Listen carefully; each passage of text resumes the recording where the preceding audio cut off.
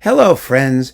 This is Dave Hurwitz, executive editor at ClassicsToday.com, here with Maria Callas, and she is Medea. Oh, yes, this was the role she was born to sing. Well, she thought maybe La Traviata was the role she was born to sing, but this was the role she owned. She owned quite a few, actually, and Medea was the biggie. And this is the performance, this one here, reissued as part of the Callas Live Remastered, whatever that meant. The fabulous La Scala performance from 10 December 1953 with Leonard Bernstein conducting. It's on Warner, and it has a very good cast. You've got Maria Callas and Fedora Barbieri, and what's his name? The tenor, Tostito, or whatever his name is in this opera. No, it's not. It's Giassone. It's not Tostito, but it might as well be. That's Gino Penno, who no one's heard of and no one cares about, but he gets the job done. And other people, they're fine. But, we only care about Maria Callas, of course. Now, Medea, just so you know, Medea, we know the plot, right? We all know the plot. We know the plot. Jason abandons her. She murders her own children and drives off in a chariot pulled by dragons or whatever the hell the thing is. Okay. But it's all about love and vengeance. I mean, especially vengeance. Really, really vengeance. Anger and rage and vengeance. And that was something that Callas could do like nobody else. And she did it with the voice, through the singing. That's the key. That's the key. She didn't have to jump up and down and carry on. She actually, apparently her acting was quite statuesque and classical in shape. She gestured. She did it with expression, but it was in the voice. That's what made her singing so great, even if you don't like her voice, because it could do amazing things. And it does here, let me tell you. I mean, there was a fabulous interview with her teacher, one of her teachers, Elvira de Hidalgo, the great coloratura Spanish soprano, something or other, who was in Athens and who she studied with and whatever. And de Hidalgo was wonderful. She said, she was like 150 when she did this. And I'm paraphrasing. She said, what made Callas so special? She said she could sing, she could do love, but lots of sopranos do love. She could do sadness, but lots of sopranos do sadness. She could do pathos, but lots of sopranos do pathos. No, Callas had hatred. That's what you hear in this performance. Now, there are about, 5 or 6 Medeas floating around with Callas. There is, of course, the stereo one from 1957 or so, conducted by Tullio Serafin. She's not in his good voice for that, but it's very good. It was recorded by the Mercury Living Presence people, and that's, of course, in the Callas edition.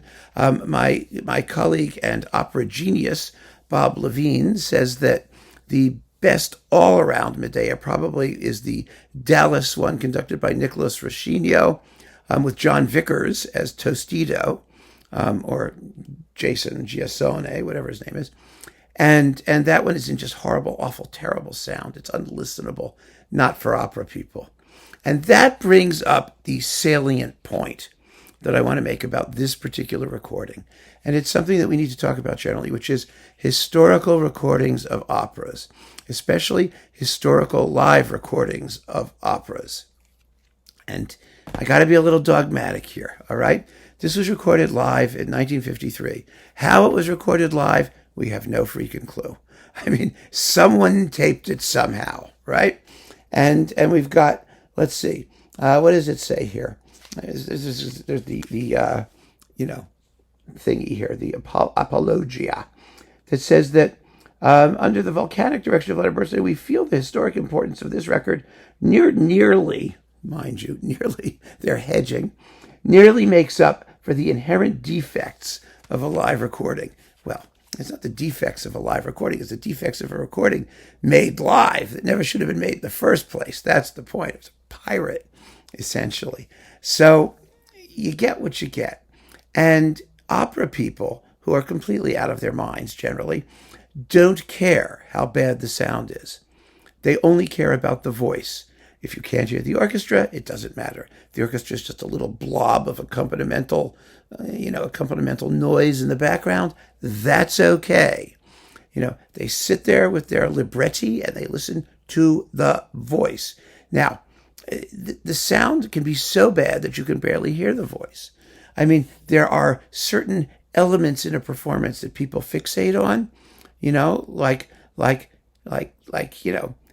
well, if it's Italian, it's vendetta. If it's vengeance, right? So, it may be completely unlistenable, and you may hear nothing but murk and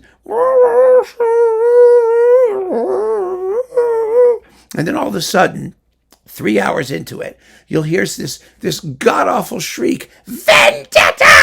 And they all go, oh my God, it's the most incredible performance ever. And all the rest of it that you can't hear is simply filled in by their hyperactive imaginations as to what must have been going on the day, in the rough outline of occasional notes that poke through the murk. I mean, that's what happens with a lot of historical recordings, of course, but particularly opera recordings where all that matters is the voice. So, with this thing, I need to be very, very clear. The sound is quite limited. It's like AM radio broadcast in your car with, so-so reception. I mean, you hear everything. You can hear, that it's Medea. You know what it is. And Callas sounds pretty good. She does. You don't hear the clarity of diction that she's famous for because she's in this big room with other people. And, you have to sort of know the opera and what it's supposed to sound like in order to understand the uniqueness of this particular performance. And I have to say, this is a very funny cover photo also. See that? That's not what you think of as Callas doing Medea, is it? I mean, here's the Dallas recording. This is what you think of when Callas does Medea. Now, there we go. Now, that's the Callas doing Medea that we want to hear. And frankly, that really is what we hear in this one. This is her most vengeance-filled performance, the one where she's just smoking from day one. And really, it's a marvelous opera. This version of it was made really for her. I mean, it was perfect for her because this isn't the way Cherubini wrote it. First of all, it's in French, and this is in Italian. It's an opera comique. All that means in French is that it's an opera with words. It's a musical. It's music, to play with words. So eventually somebody did some recitatives so that you could sing the whole thing. And of course, recitatives, I mean, she's, that's her meat and potatoes, when she can shriek and scream through a recitative. I mean, she even made a movie where she played Medea later in her life. I mean, she really identified with this role. So if you want Medea, you've got to have the stereo Callas Medea, and you should probably try to hear some of it, to see if you can tolerate the sonics. And if you can't, no one's going to blame you, because unlike the opera crazies, we like good sonics, don't we? I do. I mean, I get this. I understand the power and the passion. I do. But for me, the power and the passion don't always compensate for the simple lack of clarity and the lack of dynamic range. You have to imaginatively supply all of those things.